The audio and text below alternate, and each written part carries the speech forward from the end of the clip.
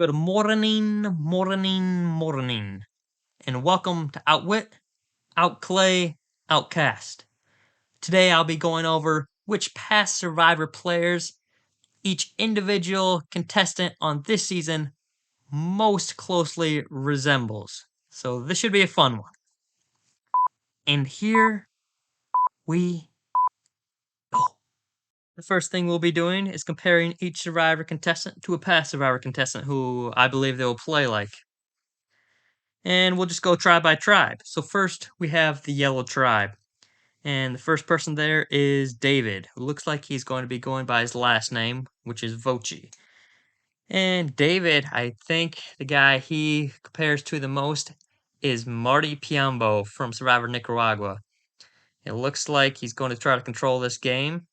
Many have said that he will probably play like Russell, but after listening to a few of his interviews, he seems a little more likable than that.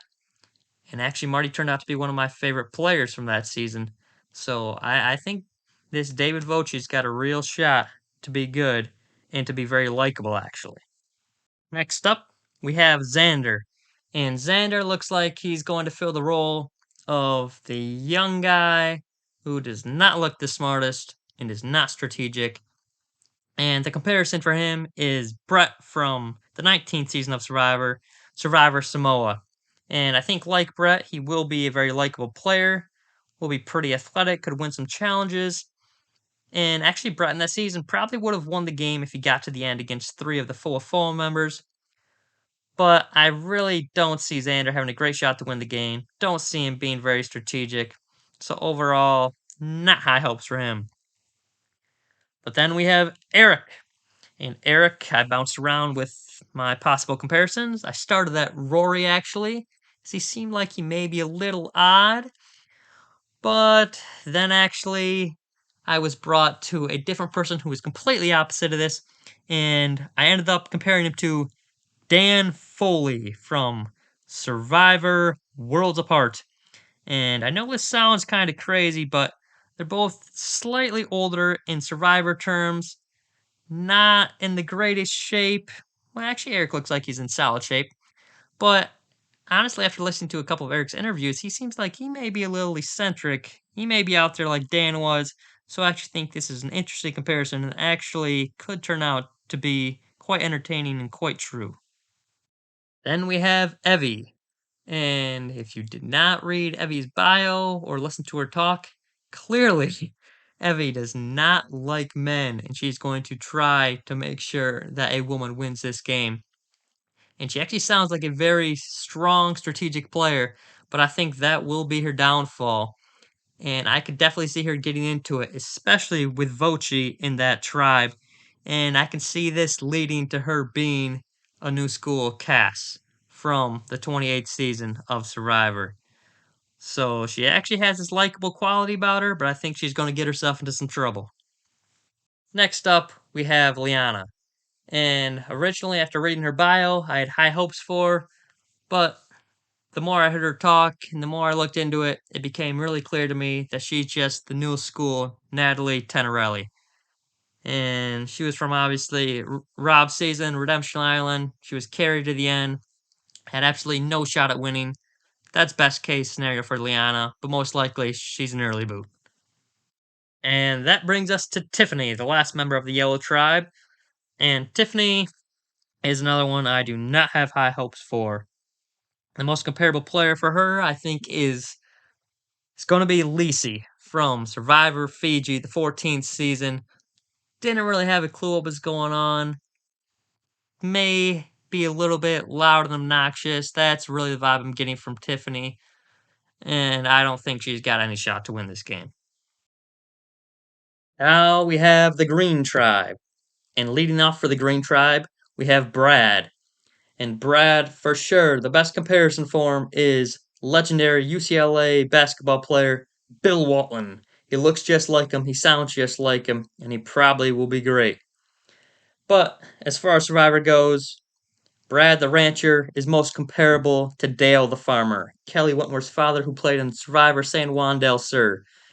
I think he will play very similar to him, except he will have a better social game, seems more personable, and I think Brad has a chance to go deep into this game. Then we get to Ricard.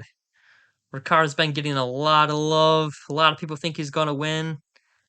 I see him making merge, but I really don't see him winning actually. And there's a couple people I thought he would maybe play like, and one of those was Rafe from Survivor Guatemala.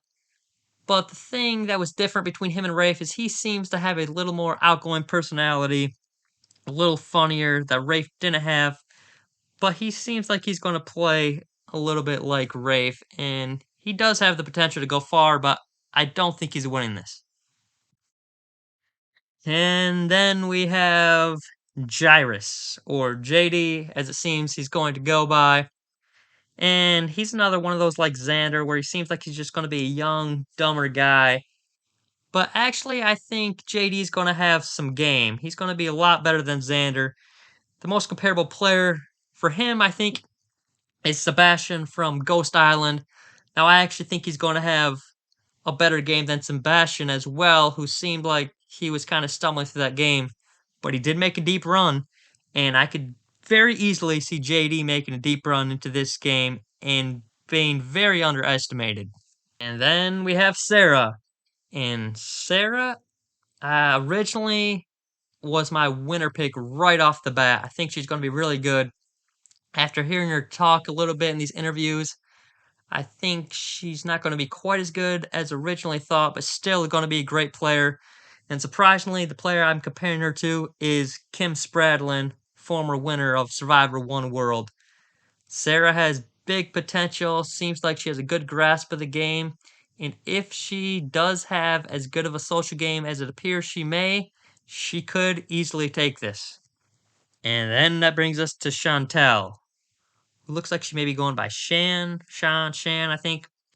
And after I heard her interviews, it became extremely clear to me who she plays like, just how she sounded even talking, and that was Hannah from Millennials vs. Gen X, who got absolutely smeared in the finals.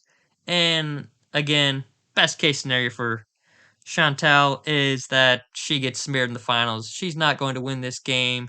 She will probably go early, but I don't see her being a major player in this game.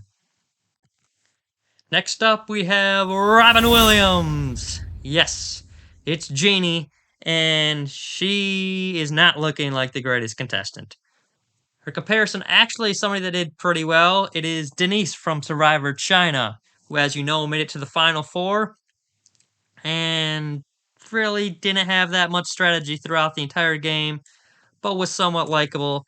I think it's going to be the same with Jeannie. I don't think she makes it that far, but she seems like she may have a similar game style here. Next up, we have the Blue Tribe, and they are led by former NFL player Danny Big Play McCray. Yes, he said he was going to make big moves like Ben, so he deserves the name Big Play McCray right out of the gate. And he was a little bit tough to compare. I see flashes of Jeremy in him, but I don't think he's going to be that great. He doesn't seem quite as personable. So I guess ultimately I ended that Alan Ball, who also was a former NFL player, also played on the Dallas Cowboys, and actually was teammates with Big Play McCray at one point in the NFL. The comparisons are too crazy not to say that's going to be him, but Danny's going to be a lot better. Not as crazy out there. He is going to be a good player, and he's going to make a deep run in this game. And that brings us to Deshaun.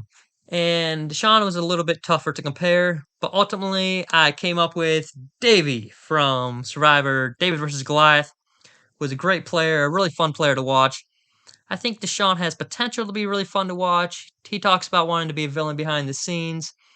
I don't see that strategy working out for him as well. So I don't think he's going to be as good as Davey, but they're both non-athletic looking guys that I think will have a good mind for the game. Davey did. I think Deshaun will. So Deshaun's got some potential, but I had higher hopes for him at the beginning. But ultimately, he will still be a solid player in the game. Next up, we have Nasir. And Nasir is quite possibly the toughest person to compare to anybody on this list, as he didn't even live in the United States until he was an adult. But there was some comparisons to a very far back survivor who was tough to understand, was not athletic, but was very likable. Yes, it is Survivor Africa's Big Tom. I mean, who didn't love Big Tom? Who won't love Nasir? This guy has big potential to go deep. If he makes it to the final tribal council, big potential to win. He's going to be fun to see out there, and just like Big Tom, I think people are going to want to see him back immediately. So, Nasir, fan favorite already. And now we have Sydney. And Sydney is the classic, what everybody likes to call poverty role. That's what she was cast for. And it would not surprise me, actually, after hearing her interviews, if that's kind of the game she plays. And honestly, though, I think she's going to be pretty good at it. But my comparison for her is actually Stephanie Valencia from Survivor Redemption Island, who played with Russell. And actually, this just so happened that Sydney said she likes Russell a lot, and if that's the case, she's got to like Stephanie. She's got to like her gameplay. This is going to be who she is. If Stephanie was on the right side of the numbers, I think Sydney is going to do very well in this game and has a good chance to make it to the end. And now, the penultimate contestant, Erica. And Erica, I do not have the highest of hopes for. Really, she's a very small girl, has her hair dyed a little bit different color. Seems like she knows some about the game, but I don't think the most. Her comparison is Lyrsa from Survivor, David versus Goliath. Probably an early boot. Probably won't go deep into this game, but she's an underdog, as Lyrsa was. So I think this is actually a pretty good comparison for her. And last but not least, finishing it off is Heather. And Heather seems like she's going to have the classic mother role on the show. There's a lot of people I thought about comparing her to. Elisa Welcho possibly, a Dawn possibly, but they didn't really fit her. Actually, those players seem like they were actually better than Heather will be. Heather ended up falling in the category of Sunday. And she is probably just going to do the same thing Sunday did. Follow along. Doesn't seem like she's going to be too assertive. And honestly, she kind of looks a little bit like Sunday. So, I mean, you had to factor that in. So, definitely the Sunday comparison. And that'll wrap it up. Those are all the comparisons I have for now. I'm sure some of these comparisons will be blown out of the water probably after week one, and they'll change throughout the season. But ultimately, I think that's the type of cast we're looking at for now. I'm really excited to see this cast actually and what they can do, especially with how the tribes are set up. I think two of the tribes are set up for major success, and one tribe is going to be exciting to watch, at least. That's all for now. Sayonara.